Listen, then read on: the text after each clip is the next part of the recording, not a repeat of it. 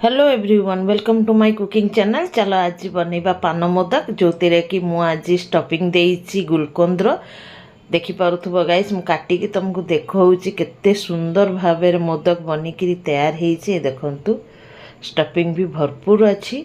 चलो एकु ही बनैकी तुमको देखैबी।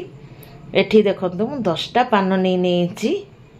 एठी 10टा पान को भल भाव तुम धोई नब कारण बहुत एतिर धूलीमली लगी थाए आ गुड़ी भलिया बाली भलिया लगी थाए।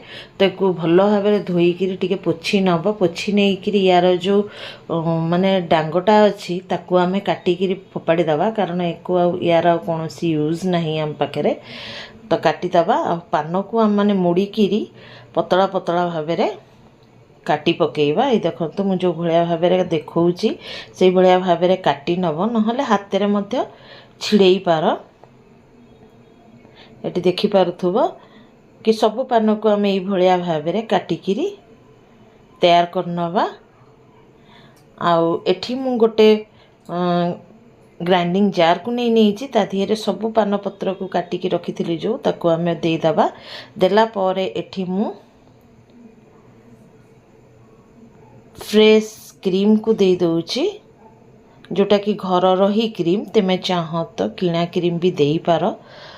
तो एठी 1/4 कप खंडे मु क्रीम को देइछि आ 1/4 कप एठी मु चीनी को नहीं नउची। जेहेतु मु एठी ग्राइंडिंग करूची तेणु करी मु माने एमती का ही सिंपल वाला चीनी को नउची। तेमे चाह तो चीनी पाउडर भी नहीं पार। आ एठी मु आधा कप पूरा भरी किरी मिल्क पाउडर को नहीं गली ताहले यार घोड़टा बहुत भल भाव बनिकी तैयार हो तार गोटे फाइन गोटे पेस्ट बनई नबा। तो एठी गोटे कढ़ई बसई देइछि ता दिहरे 1/2 टी स्पून खंडे मु गुआ घी को देदेली।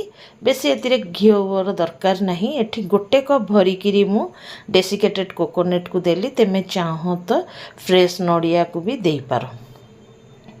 प्रथमे आगे टिके नाको आम एक ड्राई रोस्ट करदबा घी सांगे ताहले कौन हम ना बहुत बढ़िया बास्ना आसीज नड़ियारू।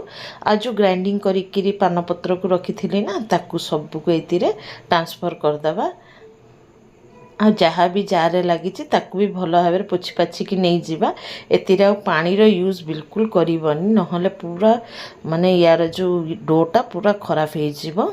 तो टिके डेरी ओलट पालट कलापर ये मुझे 1/2 टी स्पून खंडे अलैच पाउडर को पकईदेली माने गुजराती पाउडर पकईदेला एक भल भाव मु मिसई दउची। आ एटी टिके कलर टिके फिका आसुची बोलिकी मु कलर टिके ग्रीन कलर नहीं एटा ऑप्शनल तमे चाह तो नहीं पार नहले एमती भी बनई पार। एक गुड़े देले कौन हम ना टिके कलरटा बहुत सुंदर आसियो बोली मु टिके नाकू कलर एतिरे नहीं नेली। आ कलरटा तुम देखिपार केते सुंदर होइछि। आ गोटा देख एथरक आमर डो फॉर्म को आसी गले कारण कढ़ई पूरा छाड़िया को लग गले।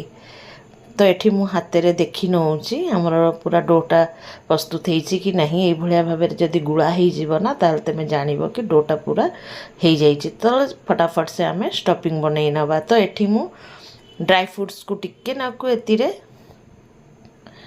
घोरी नउछि देखंतु ताहले कौन हम ना ड्राई फ्रूट गुड़ाक बहुत बेसी दाना दाना मुहेरे लगे। तो मुझे ये ग्रेट कर नउछि काजू को भी आ पिस्ता बादाम को भी आ जो काठ बादाम जोटा कहती आलमंड ताकू भी मुझे घोरी नेली। आ मुठाए खंडे मु सब कलर मिसेईकी टूटी फुटी को नहीं गली। आ 2 चामच एठी मु गुलकंद को नहीं जाइछि। गुलकंद तुमको कौन सी भी माने पान दुकान रे मिली जीवो से पान दुकान अवेलेबल थाए। तो मु तो गोटे डब्बा ही किनिकी नहीं आसती बहुत दाम नुह आराम रे तेमे को नहीं रखी पार। आ घरे तेमे गुलकंद रे जो मुखवास बनाती ताकू भी बनई पार। तो एक भल भाव गुड़े नहीं तेमे देखुव केते सुंदर देखा जाउची। तो एठी आमर जो डोटा सेटा भी ठंडा हो जाइए। तो एठी मु गोटे मोल्ड नहीं जाइए ताकू प्रथमे गुआ घी टिके ग्रीसिंग करदबा ये भलिया भाव तापरे ही आमे स्टफिंग टाकू दबा। एठी जो पानर डोटा बनई ताकू भल भाव दाबी दाबिका दब ताहले कौन हम ना मोल्डर जो डिजाइनटा अच्छी से पूरा बढ़िया भाव आसब भी आ खोलिला बेलू तुमर भांगीबनी मोदक जो अच्छी टिके नाकू मु भितरटा खाली करदेली ताहले कौन हम ना এই ଗୁଲକନ୍ଦର ଯେଉଁ ବନେଇଛି ଷ୍ଟଫିଂଟା ତାକୁ ଆମେ ଦେଇଦେବା ମଝିରେ ଦେଇକିରି ଉପରୁ ଆଉ ଟିକେ ନାକୁ ପାନର ଡୋକୁ ଦେଇଦେବା ଦେଇକିରି ଭଲ ଭାବରେ ଆମେ ହାତରେ ଆଙ୍ଗୁଳି ସାହାଯ୍ୟରେ ଦବେଇ ଦେବା। ତ ଏଥରକ ମୁଁ ତୁମକୁ ଖୋଲିକିରି ଦେଖେଇ ଦେଉଛି କେତେ ସୁନ୍ଦର ଭାବରେ ବନିକିରି ତୟାର ହେଇଛି ଆମର ମୋଦକ। ଏଇ ଦେଖନ୍ତୁ ହାତରେ ଘିଅ ଲାଗିବା ଦ୍ୱାରା କ'ଣ ହେଇଛି ନା ହାତଟା ଫିସଲୁଛି ମୋର। ଏଇ ଦେଖନ୍ତୁ ଦେଖୁଛନ୍ତି ତ ଗାଇସ୍ କେତେ ସୁନ୍ଦର ଭାବରେ ହେଇଛି। ଏଥରକ ତୁମେ ଯେଉଁ ଭଳିଆ ଭାବରେ ବି ତୁମ ମୋଦକକୁ ସଜେଇ ପାର ଆକର୍ଷଣୀୟ ବନେଇ ପାର। ତ ଏଠି ମୋ ପାଖରେ କିଛି କେକ୍ର ସଜେଇବା ଜିନିଷ ଗୁଡ଼ାକ ଥିଲା ତ ମୁଁ ସେଇଥିରେ ହିଁ ସଜେଇ ଦେଉଛି। ତୁମ ପାଖରେ ଯାହା ବି ଥିବ ତୁମେ ସଜେଇ ପାର।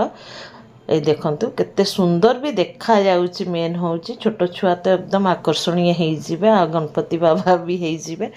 ତ ଏଠି ଦେଖୁଥିବ ଗାଇସ୍ କେତେ ବଢ଼ିଆ ଲାଗୁଛି। ଆଉ ଯଦି ଭିଡ଼ିଓଟା ଭଲ ଲାଗିବ ଗାଇସ୍ ତ ଲାଇକ୍ କମେଣ୍ଟ ସେୟାର ଆଉ ସବସ୍କ୍ରାଇବ୍ କରିବାକୁ ଭୁଲିବନି।